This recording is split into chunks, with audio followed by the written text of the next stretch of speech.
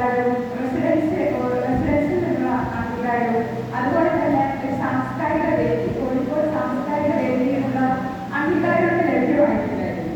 പക്ഷെ അതിനൊക്കെ അപ്പുറം ഞാൻ നിലനിൽക്കുന്നത് എനിക്കിപ്പോൾ ലഭിച്ചിട്ടുള്ള ഒരു അംഗീകാരമാണ്.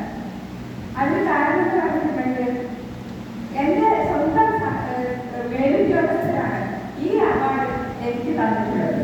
അപ്പോൾ തീർച്ചയായിട്ടും മറ്റെന്തിനേക്കാളും നമ്മുടെ സ്വന്തം വീട്ടിൽ നിന്ന് മറ്റാരൊക്കെ നമ്മൾ അംഗീകരിച്ചാലും ശരി സ്വന്തം വീട്ടിൽ നിന്ന് ലഭിക്കുന്ന ഒരു അംഗീകാരം പോലെ ആവില്ല അവർ. അതുകൊണ്ട് തന്നെ ഇതിനുള്ള ഒരു സന്തോഷം എന്നെ ഇപ്പോൾ ഈ വേദിയിലേക്ക് ക്ഷണിച്ചതിനും ഈ ഒരു പുരസ്കാരം നൽകിയതിനും ഇതിലെ സംഘാടകരും അതുപോലെ തന്നെ ഇതിലുള്ള അംഗങ്ങൾ കാണിച്ചിട്ടുള്ള സൗകര്യത്തിന് അവരെ എനിക്ക് തന്ന ഈ അംഗീകാരത്തിന് എൻ്റെ ഹൃദയം നിറഞ്ഞ നന്ദി ഞാൻ ആദ്യം തന്നെ രേഖപ്പെടുത്തിയിരിക്കുകയാണ്. ഇവിടെ വന്നു കഴിഞ്ഞപ്പോൾ പുരസ്കാരം ലഭിച്ചതിനുള്ള സന്തോഷം മറ്റൊരു അവാർഡ് വേറൊരു പുരസ്കാരമല്ല, മറ്റൊരു വലിയൊരു അവാർഡ് എന്ന നിലയിൽ തന്നെയാണ് ഞാനിതിനെ കാണുന്നത്. അതിനൊപ്പം വേറൊരു സന്തോഷം എനിക്ക് ലഭ്യമായിട്ടുള്ളത് മുമ്പ് ഉദ്യോഗസ്ഥന്മാരായിരുന്ന പലരെയും കാണാൻ ഇവിടെ വെച്ച് കാണാൻ എനിക്ക് സാധിക്കും. മലപ്പുറത്ത് വർക്ക് ചെയ്ത 7 വർഷത്തോളം ഞാൻ മലപ്പുറത്ത് ജോലി ചെയ്ത ആ ഒരു കാലഘട്ടം എന്ന് പറയുന്നത് അത് ഓർമ്മയിൽ ഒരിക്കലും മാറാത്തൊരു കാലഘട്ടമാണ്. അന്നാണ് എൻ്റെ ഉദ്യോഗസ്ഥന്മാരായിരുന്ന മംഗളാമേട അതുപോലെ തന്നെ ബാലചന്ദ്രൻ സാറ്, ശശി സാറ് എന്നിവരൊക്കെ വന്നിട്ടുണ്ട്. രാധാമേട, സുരേന്ദ്രൻ സാർ, വിജയകുമാർ സാർ, ഇവരെ ബാബു സാർ ഇവരൊന്നും ഇന്ന് എത്തിച്ചേർന്നിട്ടില്ല. അവരെ കൂടി കാണാൻ സാധിച്ചിരുന്നെങ്കിൽ എനിക്ക് ആഗ്രഹമുണ്ടായിരുന്നു. പക്ഷെ ഇവരെല്ലാം ഞങ്ങളുടെ ഓർമ്മയിൽ ഞങ്ങളുടെ പറഞ്ഞാൽ ഞങ്ങൾ 4 പേര് ഒരുമിച്ചാണ് മലപ്പുറത്ത് ജോയിൻ ചെയ്തത്. ഞാൻ, സുരേഷ് സി പി, സലാം, അതുപോലെ തന്നെ രാജേഷ്. ഞങ്ങൾ 4 പേര് ഏകദേശം 26-27 വയസ്സ് ഉള്ള ഒരു 4 പേർ ഒരുമിച്ച് മലപ്പുറം ഓഫീസിൽ ജോയിൻ ചെയ്യുകയും അന്ന് ഞങ്ങളുടെ സൂപ്രണ്ടായിരുന്നത് സുമംഗലാമേടാണ്. അന്ന് ഞാൻ ഓർക്കുക ഞങ്ങൾക്ക് ഒരുപാട് പെൻഡിങ് SLA കോഴ്സ് ഒരുപാട് പെൻഡിങ് ഉണ്ടായിരുന്ന സമയമായിരുന്നു. അപ്പൊ ഞങ്ങൾക്കൊപ്പം ഒരു അക്ടിവിറ്റി പോളിസി ഞങ്ങളുടെ മുൻപിൽ പോളിസി ഫയലുകൾ മുൻപിൽ ഇട്ട് വരും.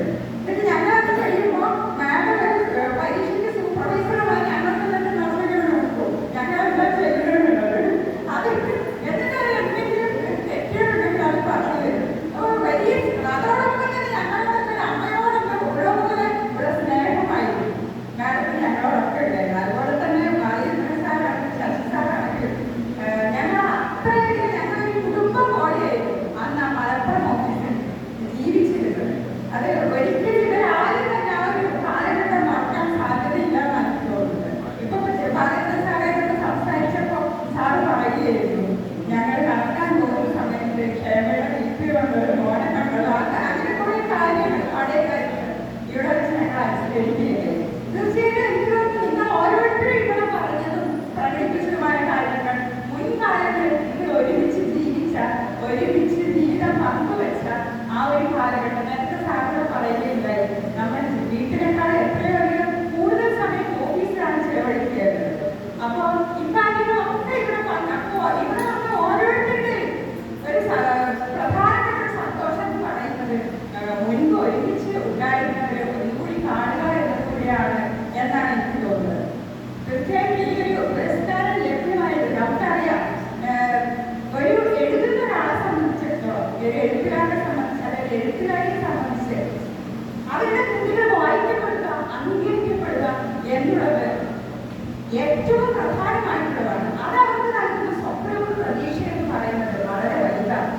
തീർച്ചയായും ഈ ഇത്തരം അംഗീകാരങ്ങളിൽ നിന്ന് ലഭിക്കുന്ന ഊർജമാണ് മുന്നോട്ടുള്ള എഴുത്തു വഴികൾ അവരെ നയിക്കുക. മുന്നോട്ട് പുതിയ പുതിയ എഴുത്തുകൾ പിന്തുടരുക, പുതിയ കൃതികൾ രചിക്കുക ലഭിക്കുന്ന ഒരു ഊർജം എന്ന് പറയുന്നത് തീർച്ചയായിട്ടും ഇത്തരത്തിലുള്ള പുരസ്കാരങ്ങൾ, അംഗീകാരങ്ങൾ, വായനക്കാരിൽ നിന്ന് കിട്ടുന്ന സ്നേഹം ഇതൊക്കെ തന്നെയാണ്. അതൊരു വായനക്കാരിൽ നിന്ന് കിട്ടുന്ന ഒരു അഭിനന്ദനം പോലും അങ്ങേയറ്റം ഊർജമാണ് നമ്മളെ നടത്തിയ എന്നുള്ളത് യാതൊരു സംശയമില്ല. ഒരു മനുഷ്യനെ സംബന്ധിച്ചിടത്തോളം കവി വൈലോപ്പിള്ളി പറയുന്നത് പോലെ എത്ര ജീവിതം ഉന്നതിക്കെന്നാൽ മറ്റൊരു ഭാഗ്യ ജീവിതമാണ്. കവിയുടെ ഒരു ജീവിതത്തെ കുറിച്ച് പറയുന്നത് ഭൗതിക ജീവിതത്തിനപ്പുറം ഒരു സുന്ദര